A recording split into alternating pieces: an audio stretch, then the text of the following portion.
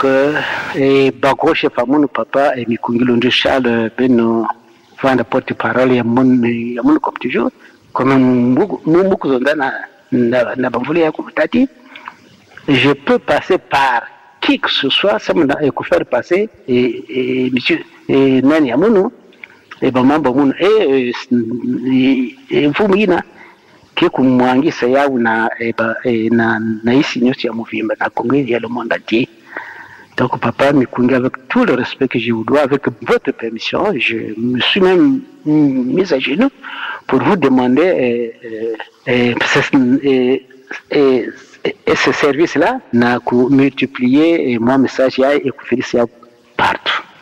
Papa Mikungi, je crois que ngeme kutalaka munu na lero move na kutalana ingeke na kutala munu na photo. Le dernier jour du Seigneur, ngeke kutala munu façon yina beno kutarela munu papa Mikungi. Beno ke kutala munu e beno ke kuzaba kana ngwa kote muke vanda e muke tala papa tujos. Na beno mosi na ba gros chef de la CELA OPH ya Congo ya le monde entier, même na bangi na keve na la CELA OPH puisque péché sauvé pour tout le monde. Babantu nyosi ya inza ya Muvimba na baina kuza kwenda kuseka bure parti pala. Ils passeront par chez moi, je dis bien par chez moi parce que c'est la mission que Jésus m'avait donnée. Peuple de Dieu, peuple de la deuxième nation, peuple de Guy-Émile Loufa-Seti-Kwabo, mais bien aimé, on s'est dit que notre Seigneur et notre Dieu, Papa Guy-Émile Loufa-Seti-Kwabo, nous garde et nous assiste. En tout cas, que ses bienfaits inondent les familles, les maisons, tous les lieux où nous sommes déployés dans la vie de tous les jours. Nous sommes à quelques minutes de la célébration de la fête de l'enlèvement, édition 2021. Comme nous le faisons toujours, nous venons vers vous pour délivrer la communication relative à la célébration de cette grandiose fête. Inutile donc de revenir sur tous les détails qui vous ont été rendus de façon majestueuse par nos prédicateurs qui depuis toujours s'évertuent à exprimer la volonté du président fondateur dans les faits et dans les actes. Aujourd'hui, nous venons donc au nom du président fondateur vous souhaiter, vous les frères et sœurs du Congo, les frères et sœurs de l'Afrique, de l'Europe, des Amériques et du monde entier, une très bonne fête en son nom et que, une fois de plus, la fête d'action de grâce étant le moment précédent où nous avons exprimé notre attachement, où nous avons renouvelé notre engagement, où nous avons démontré notre mobilisation, que dans la suite donc de la célébration de la fête de l'enlèvement, que nous puissions être plus encore motivés, plus encore disponibles, dévoués, dans l'ardeur et dans cette volonté de toujours aller de l'avant en Guy-Émile Loufa-Seti-Kwabo. Au début de mon propos, vous avez suivi la voix du maître. Vous avez suivi, mes bien-aimés, le maître lui-même. C'est la raison pour laquelle, tout d'abord, avant de dire quoi que ce soit, nous demandons à tous et à toutes d'attacher une importance particulière à la voix du maître. Aujourd'hui, si certains d'entre nous prennent des chemins différents de la volonté du maître, prennent des chemins différents, j'allais dire, de la doctrine du maître, c'est parce que les oreilles ont été bouchées et parce que quelque part, la voix du maître n'est plus reconnue par les uns et par les autres.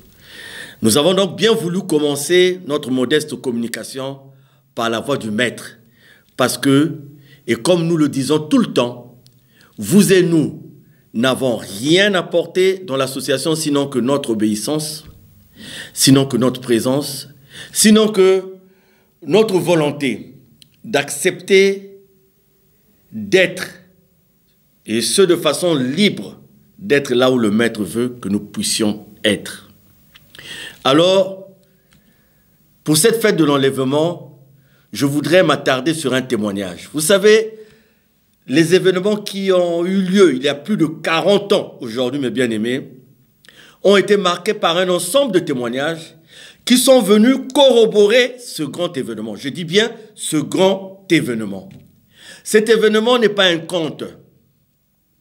Cet événement n'est pas une fabrication de Guy-Émile Houphouët-Sétikwabo.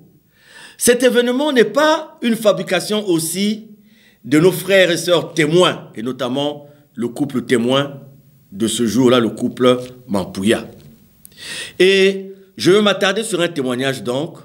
Dans la foulée de cet événement de l'enlèvement, nous avons le témoignage de ce monsieur, qui n'est pas dans l'association de Zolo-Amo OPH, qui, en pleine partie de chasse, par erreur, touche de par son arme, de par les chevrotines, la personne qui l'accompagnait à la chasse.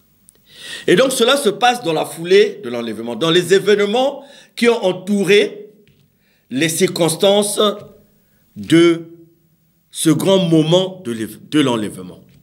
Et donc il y a ce monsieur qui tire sur son ami en pleine partie de chasse.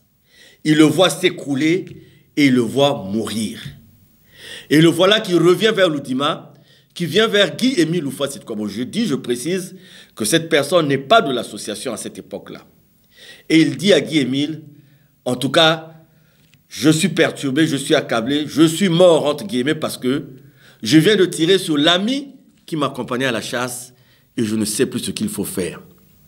Et voilà que Guy-Émile règle le problème entre guillemets et la personne qui avait reçu les chevrotines s'en sort sans trace de blessure et s'en sort vivant. Ce témoignage est vécu, ce témoignage est connu de ceux qui ont été à cet instant-là à Loudima. Mais bien aimé, pourquoi je me suis attardé sur ce témoignage? Parce que on peut, sur cette terre, rencontrer beaucoup de personnes, rencontrer beaucoup d'hommes et de femmes capables de réaliser des miracles, capables de réaliser beaucoup de choses. Mais vous voyez le témoignage de cet homme qui s'écroule, qui meurt, et qui est ramené à la vie sans trace de ce qu'il avait subi, et ce, de façon spectaculaire, extraordinaire, mais simple, par Guy-Émile Houphouët-Sétikwabo.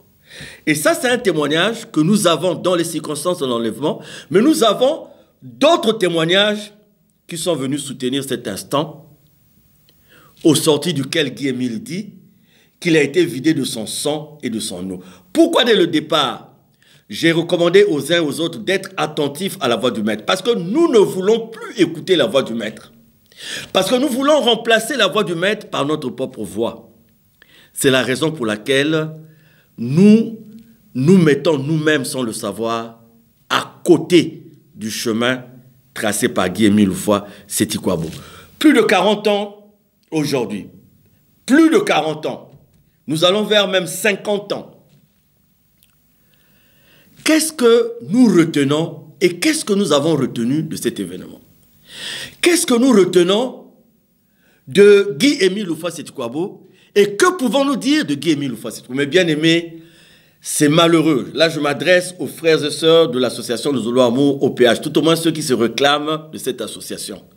Sous d'autres cieux, tous les témoignages vécus après ce grand événement devaient nous conduire à laisser de côté tout ce qui peut nuire à la personne, à la doctrine, à la mission et à l'association de Guy-Émile Houphouët-Sétikwabo. Parce que si après 40 ans, nous ne nous sommes pas rendus compte que bien que homme de la terre, il n'est pas homme de la terre, mais bien aimé, alors à partir de ce moment, soit nous avons connu quelque part la divinité de Guy-Émile Houphouët-Sétikwabo et nous avons été mandatés pour venir nuire à cette divinité. Soit encore, nous sommes venus dans son association par suivisme, par enthousiasme et raison pour laquelle nous n'arrivons pas à maîtriser les manifestations de sa divinité en nous.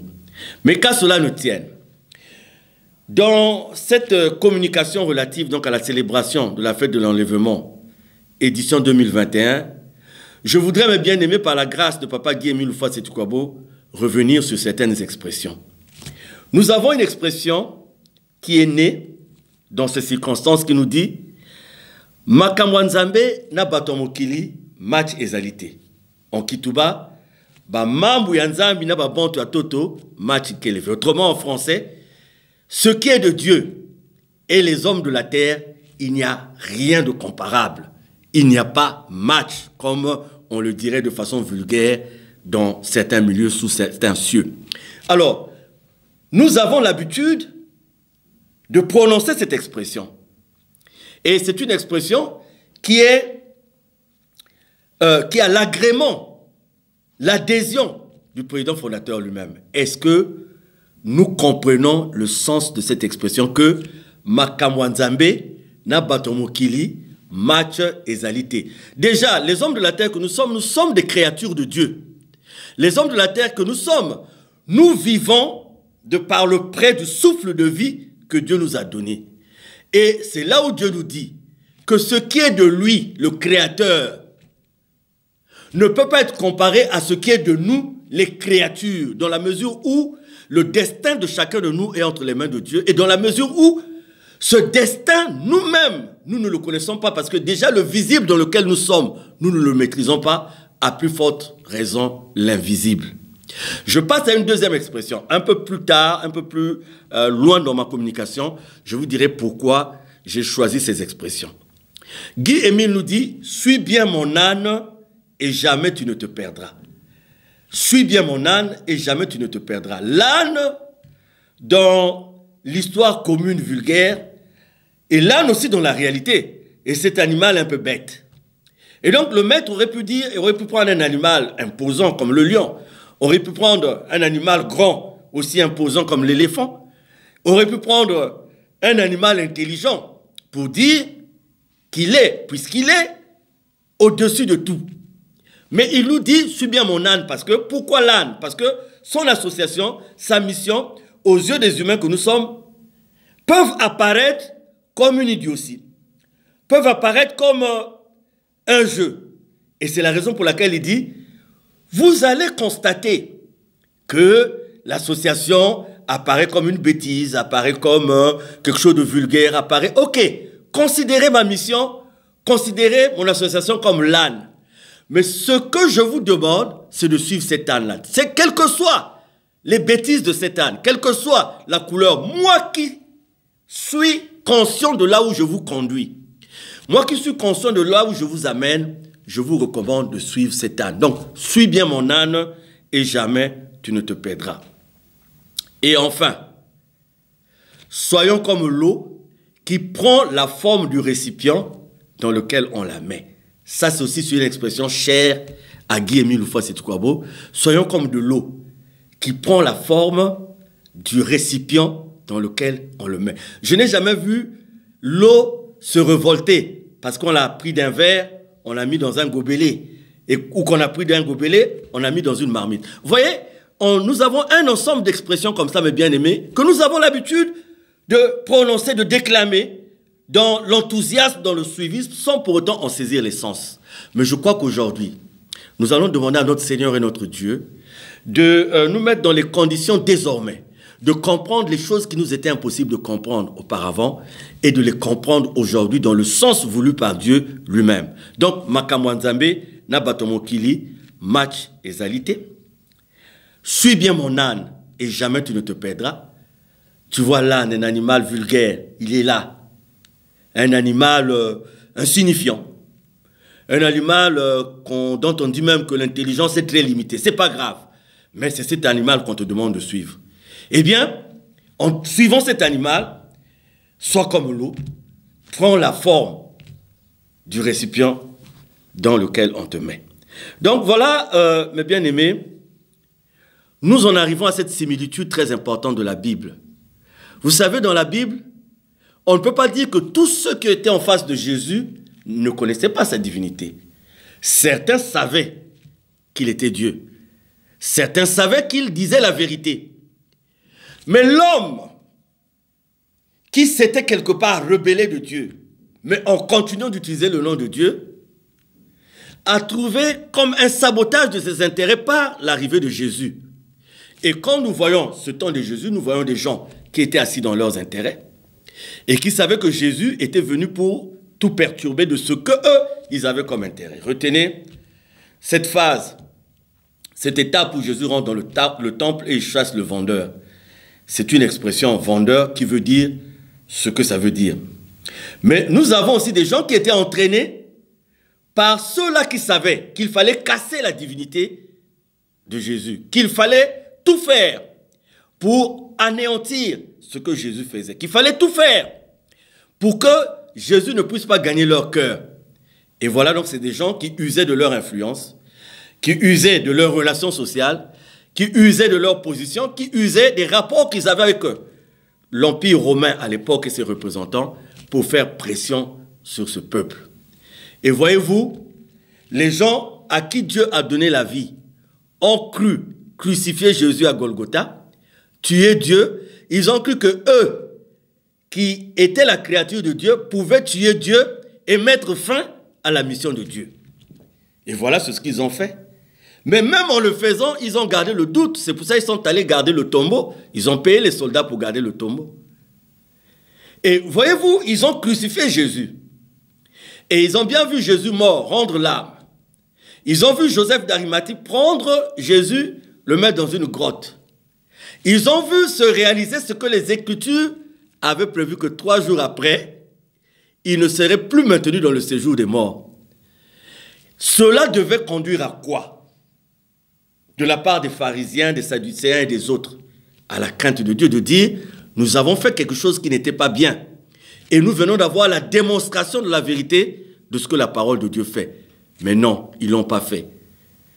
Ils se sont mis maintenant à pourchasser les disciples qui étaient restés là pour continuer à répandre la bonne nouvelle. Donc, retenez bien cette similitude de gens qui disent qu'ils vont tuer Dieu pour mettre fin à la mission de Dieu. Eux-mêmes créatures de Dieu. Et ils se rendent compte que Dieu ne pouvait pas rester dans le séjour des morts. Et ils pouvaient se ressaisir et dire, ah, nous avons commis une erreur, attention, on se répand. Mais dans l'orgueil, dans la mission qui était la leur, donnée par le diable, ils ont, malgré cette grande manifestation de la mort et de la résurrection de Jésus, ils ont continué à pourchasser les disciples. Et vous avez vu ce qu'a été la vie des disciples, et vous pouvez aisément le voir à travers les actes des apôtres. Et donc, quel enseignement y avait-il dans la mort et dans la résurrection de Christ? C'est Makamwanzambe, Nabatamokili, match égalité. Regardez comment on a traîné Jésus avec la couronne d'épines, comment on a craché sur Jésus. Voilà comment on s'est moqué de Jésus. Voilà les faux témoignages. Comment on a pourchassé les Pierre, les Paul, les André, les Jacques.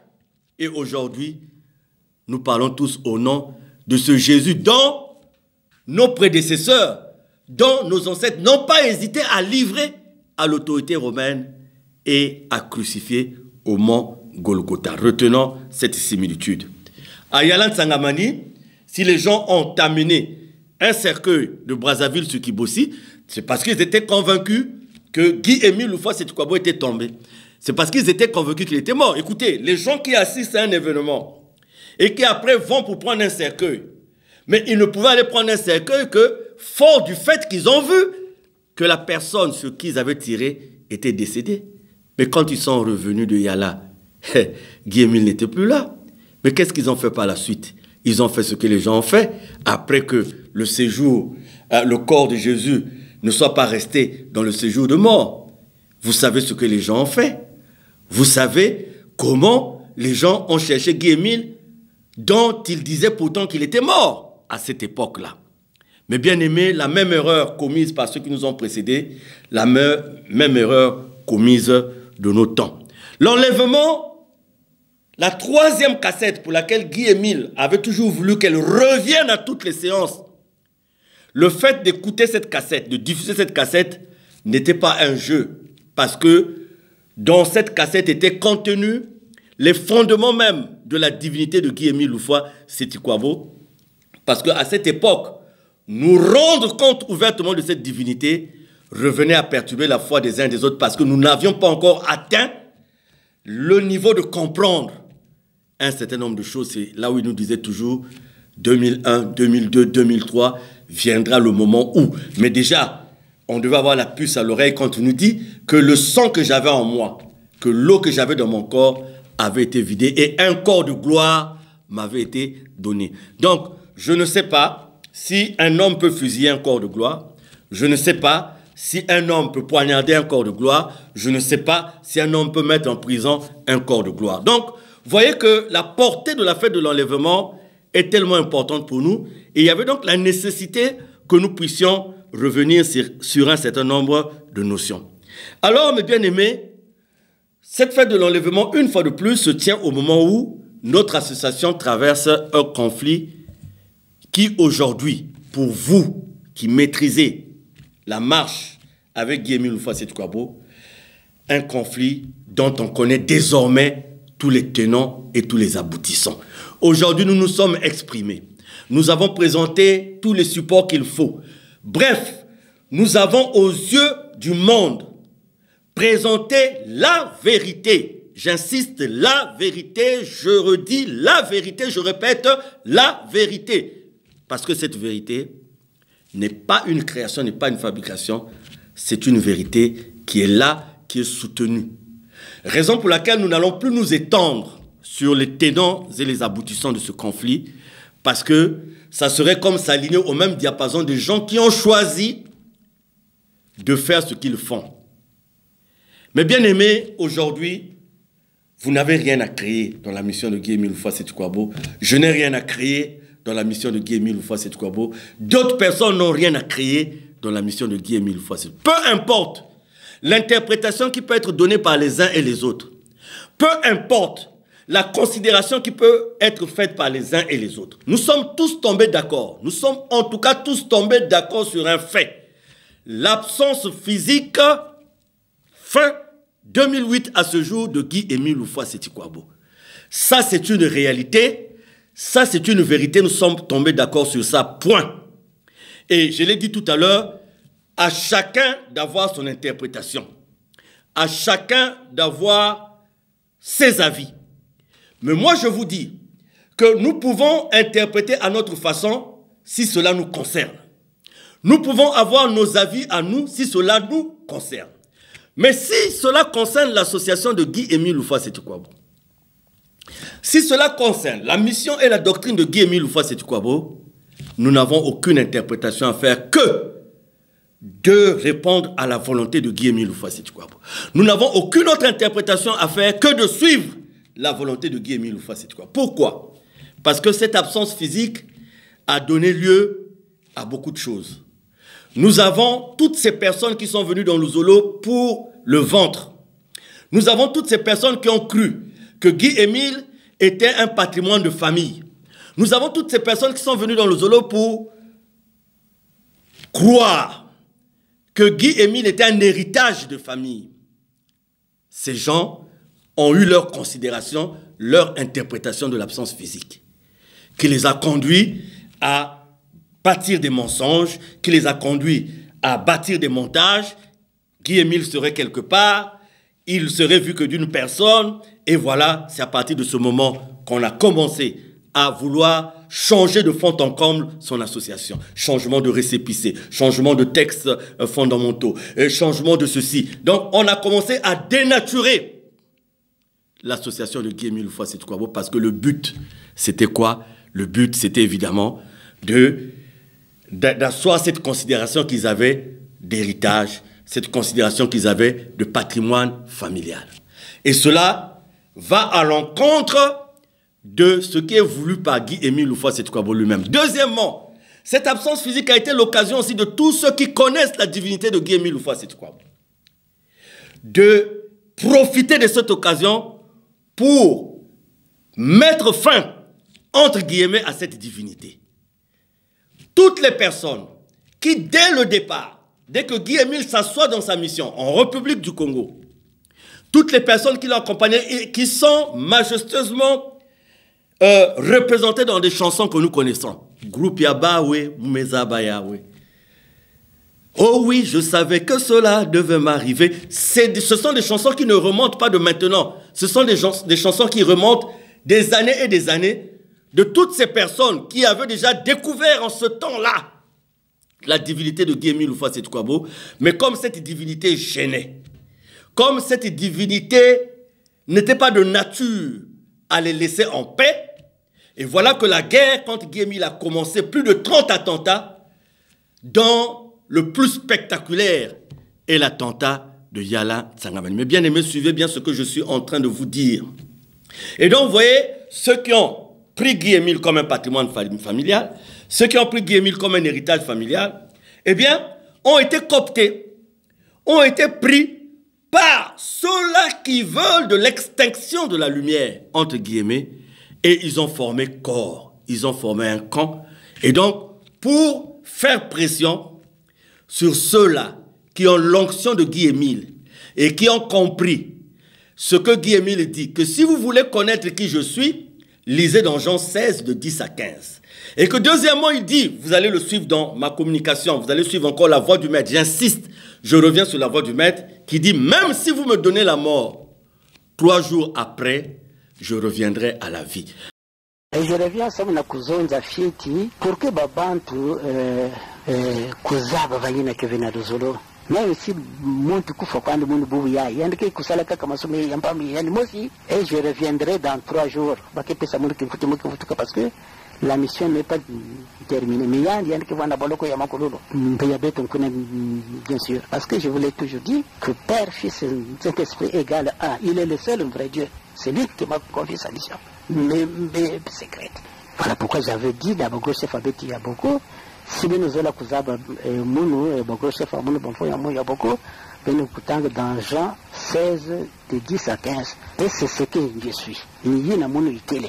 Donc je suis celui à qui on a confié la mission pour amener le monde entier vers le royaume céleste. Mais bien aimés, si aujourd'hui nous disons le contraire de ce que Guy-Émile dit, donc nous rendons Guy-Émile menteur. Si aujourd'hui, nous voulons détruire la portée de ce que Guy-Émile dit, c'est que nous faisons de Guy-Émile un menteur. Et si nous faisons de Guy-Émile un menteur, dans ce cas, nous n'avions aucun intérêt à être dans son association. Si nous faisons de Guy-Émile un menteur, dans ce cas, nous n'avons aucun intérêt à le défendre. Comment allons-nous défendre un menteur? Guy-Émile nous dit au départ, vous avez suivi l'extrait, que tout le monde passera par moi. Parce que la mission n'est pas encore finie. Quand il dit, je reviendrai à la vie parce que la mission n'est pas encore finie. Ce n'est pas dit de moi. C'est dit de Guy-Émile que la mission n'est pas encore finie. Comment voulez-vous que celui qui conduise une mission soit mort? À partir de l'instant, il nous dit que la mission n'est pas encore terminée. Guy-Émile nous dit qu'il dirigera son association de génération en génération. Mais comment voulez-vous que quelqu'un qui dirige de génération en génération puisse le faire dans un statut de mort? Guy-Émile nous dit de sa propre bouche qu'il vivra, qu'il régnera d'éternité en éternité. Ce n'est pas moi qui le dis. Ce ne sont pas nos prédicateurs qui le disent. Mais bien aimé, j'admets que vous ayez vos interprétations sur l'absence physique de Guy-Émile Houphouët-Boigny. J'admets que vous ayez vos commentaires sur l'absence physique de Guy-Émile Houphouët-Boigny. Mais ce que je voudrais vous dire, c'est que nous n'avons pas le droit de changer ce que le maître a dit de sa propre bouche. Il a dit. Et si nous disons le contraire de ce qu'il a dit, ce n'est pas contre nous que vous vous attaquez ou que nous nous attaquons. Mais nous attaquons contre Guy-Émile pour dire, c'est-à-dire nous voulons comme dire au monde entier, attention Guy-Émile c'est un menteur. Voilà ce qu'il a dit, mais c'est faux. C'est ça le problème. Alors quand on se retrouve dans ce genre de disposition, qu'est-ce qu'il faut faire? Mais puisque vous avez trouvé un menteur, qui, en plus d'être menteur, est mort.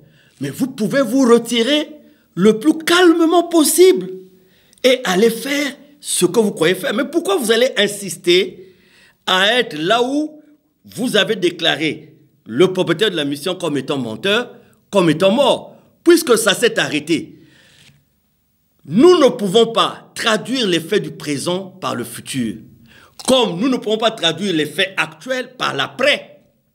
Parce que dans les directives de Guy-Émile Houphouët-Boigny, l'après-Émile n'existe pas en termes de spiritualité, en termes de mission, en termes de divinité. Ça n'existe pas. Parce que comment vous voulez mettre après quelqu'un qui vit d'éternité en éternité? Comment vous voulez mettre après quelqu'un qui vit de génération en génération? Non, après l'éternité, c'est quoi? Donc vous voulez vivre après l'éternité? Vous voulez vivre après la génération? Mais l'éternité n'a pas de suite. Parce que l'éternité, c'est un tout. L'éternité... Alors, quand vous dites l'après-Émile, Alors, vous allez à l'encontre de lui et mis le nom que vous prononcez, qui dit qu'il vivra d'éternité en éternité. Maintenant, je voudrais que chacun de nous, que quelqu'un me dise, après l'éternité, c'est quoi? Parce que après Émile veut dire après l'éternité. Alors, donc, si nous voulons, nous, hommes de la terre, nous ne savons même pas demain s'il va pleuvoir ou pas. Et nous voulons vivre après l'éternité. Mais bien aimé, je crois que pour ceux, mis à part ceux qui ont la mission du diable, ceux qui savent ce qu'ils sont venus chercher en Guy Émile, mais je crois que pour ceux qui sont en Guy Émile, même si vous vous êtes égaré un moment, le moment est revenu, le moment est arrivé, j'allais dire, de revenir au Bercail. J'insiste, mes bien-aimés, que dans ce que nous défendons, personne d'entre nous n'a créé les termes de vivre d'éternité en éternité. Personne d'entre nous n'a créé les termes de si vous voulez connaître qui je suis, lisez dans Jean 16, de 10 à 15. Personne n'a créé le fait que Guy Émile dit « Je vais diriger mon association de génération en génération ». Alors, sur un plan pratique, Guy Émile nous a donné le moyen de ne plus le chercher de façon physique. C'est ça qu'il faut comprendre. Guy Émile nous a donné le moyen de ne plus le chercher de façon physique et de vivre maintenant en esprit et en vérité sa présence, puisque les manifestations sont là pour confirmer sa présence 24 heures sur 24. Qu'est-ce qu'on aurait pu faire, vous et nous, frères et sœurs? C'était simplement d'être attaché au fait qu'il est là et de continuer à faire sa mission. Nous n'avions plus à changer les textes fondamentaux, nous n'avons plus à changer le récépissé, nous n'avons plus à changer l'enseignement, nous n'avons plus à changer la doctrine. Et si nous l'avions fait dans l'amour, dans la fraternité, nous ne serions pas tombés dans les excès dans lesquels nous tous, nous nous sommes retrouvés aujourd'hui. Donc, à l'occasion de cette fête de la célébration de cette fête de l'enlèvement 2021, j'en appelle à tous de se ressaisir. J'en appelle à tous de clarifier la position des uns et des autres. Si nous nous sommes rendus compte que nous partageons cette grande ambition de défendre la divinité, la doctrine de Guy Émile Houphouët-Sékou-Kouabo, mettons-nous ensemble, oublions ce qui a pu nous diviser, oublions ce qui a pu nous séparer et voyons comment mener cette mission ensemble. Voyons comment mener cette défense des intérêts de l'association ensemble. Venons, mettons-nous ensemble, mettons en face de nous l'enseignement de Guy Émile Houphouët-Sékou-Kouabo et voyons comment, sur le plan pratique, nous pouvons faire asseoir tout ça. Mais sinon, si il y a des gens qui insistent parce qu'ils ont reçu mandat d'aider à éteindre, entre guillemets, la mission de Guy Émile Houphouët-Sékou-Kouabo, je vous dis que nous n'aurons rien à partager avec vous parce que nous avons signé le texte d'engagement dans lequel nous avons pris la résolution de défendre l'association, d'empêcher qu'on fasse du tort à l'œuvre et à l'influence de l'organisation PH. Voilà l'engagement que nous avons pris et nous agirons chaque fois par rapport à cet engagement. Comme ceux qui ont cru qu'ils allaient tuer Jésus parce que on l'a crucifié sur la croix, j'ai donné un conseil à ceux qui nous traînent par-ci, par-là. Je leur ai donné le conseil qui suit. Vous allez nous traîner à gauche et à droite, je ne pense pas que cela servira à quelque chose. Si vous voulez gagner ce combat, mettez Dieu en prison. Mettez Dieu lui-même en prison. Voilà le conseil que je vous donne. Si vous réussissez à mettre Dieu en prison, vous aurez gagné. Mais si ce ne sont que les serviteurs de Dieu que vous cherchez à mettre en prison, ils sont nombreux. Et il n'y aura aucune prison capable de contenir, parce que vous en mettrez un aujourd'hui, un autre prendra le relais demain. Celui-là, vous le mettrez en prison demain, un autre prendra le relais. Donc, si vous voulez réussir, ne vous paniquez pas. C'est un conseil tout à fait simple que je vous donne. Prenez Dieu, portez plainte le plus rapidement possible contre Dieu et mettez-le en prison. En tout cas, quand vous allez réussir à mettre Dieu en prison, là, vous aurez gagné. Voilà ce que je vous donne comme conseil. Autrement, oublions tout ça. Parce que Makamwanzambe, Nabatamokili, match égalité. Donc, nous avons assisté à tout ce que nous avons assisté simplement pour les raisons que je venais d'évoquer ci-dessus. Alors, mes bien-aimés, pour ceux qui ont encore la crainte de Guy Émile Houphouët-Sékou-Kouabo, je vais vous dire aussi une vérité, c'est que sans le savoir, on vous a fait jouer le jeu de ceux qui n'aiment pas Guy Émile. Beaucoup d'entre vous, sans le savoir, on vous a fait jouer le jeu de ceux qui cherchent à anéantir la mission de Guy-Émile. Et parce que vous aviez des problèmes personnels avec X, que vous avez des problèmes personnels avec Y, vous êtes tombé dans le panier. Parce que vous aviez des problèmes domestiques, vous êtes tombé dans le panier et vous avez cru défendre Guy-Émile, mais enfin, vous avez aidé toutes ces personnes qui, depuis toujours, cherchent à mettre fin à la mission d'un Émile Donné. Voilà donc, mes bien-aimés, la communication que je vous fais par la grâce de notre Seigneur et notre Dieu, Guy-Émile Oufouas-Sétoukwabo, à l'occasion de cette fête de l'enlèvement. Et j'invite les frères et sœurs à être attentifs à la voix du Maître. J'invite aussi les frères et sœurs à ne pas vous fatiguer. Nous sommes en train de courir une course de fond. La ligne d'arrivée n'est plus loin. Alors, armons-nous de courage, armons-nous de patience, armons-nous de persévérance. Pour terminer, je vais partager avec vous ces deux passages bibliques. Le premier dans Jean 16, de 1 à 4. Et nous allons le lire au nom de Guy-Émile Oufouas-Sétoukwabo.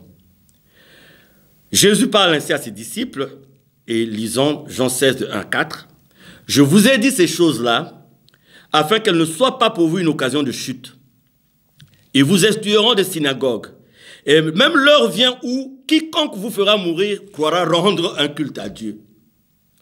Et ils agiront ainsi parce qu'ils n'ont connu ni le frère, ni le Père, ni moi. Je vous ai dit ces choses afin que lorsque l'heure sera venue, vous vous souvenez ce que je vous les ai dites. Je ne vous en ai pas parlé depuis le commencement parce que j'étais avec vous. » Retenez bien, je ne vous en ai pas parlé depuis le commencement parce que j'étais avec vous. Et mes bien-aimés, on vous dit, ils vous excluront de synagogues. Combien de fêtes, combien de cérémonies, combien de dombages. Les gens ne sont-ils pas allés chercher à gauche, à droite, à bloquer, à empêcher que vous allez prier là? Combien de soudeurs ne sont pas venus chercher à souder tel endroit de prière? Combien de fois les gens ne sont-ils pas venus chercher à fermer tel endroit? Et on dit que quiconque vous fera mourir croira rendre un culte à Dieu. Ça, c'était dit depuis le départ. C'est le premier passage que je tenais à vous partager. Le deuxième, vous l'avez dans Philippiens 2, au verset 3. Mes bien-aimés, ne faisons rien par esprit de rivalité ou par vaine gloire. C'est un conseil que je vous dis, ne faisons rien par esprit de rivalité ou par vaine gloire.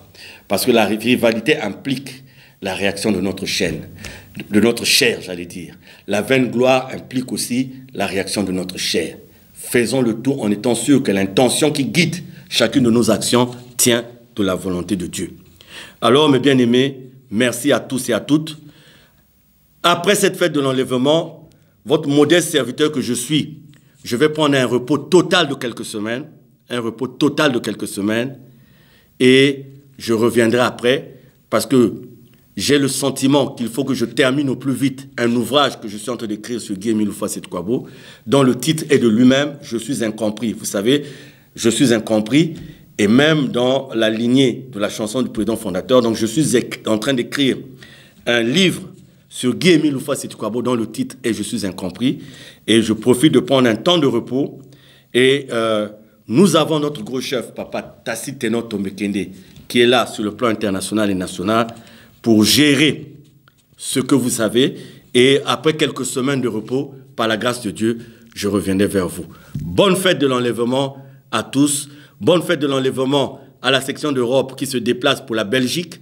Bonne fête de l'enlèvement à nos sections du Ghana, du Bénin, du Gabon. Bonne fête de l'enlèvement à nos sections du Colorado, des États-Unis d'Amérique. Bonne fête de l'enlèvement à toutes nos sections au Congo à travers le monde. Notre section, la Côte d'Ivoire, qui a fait une grande descente entre-temps au Ghana. Bonne fête de l'enlèvement à toutes nos sections du Congo. Que Papa Émile vous bénisse. Merci.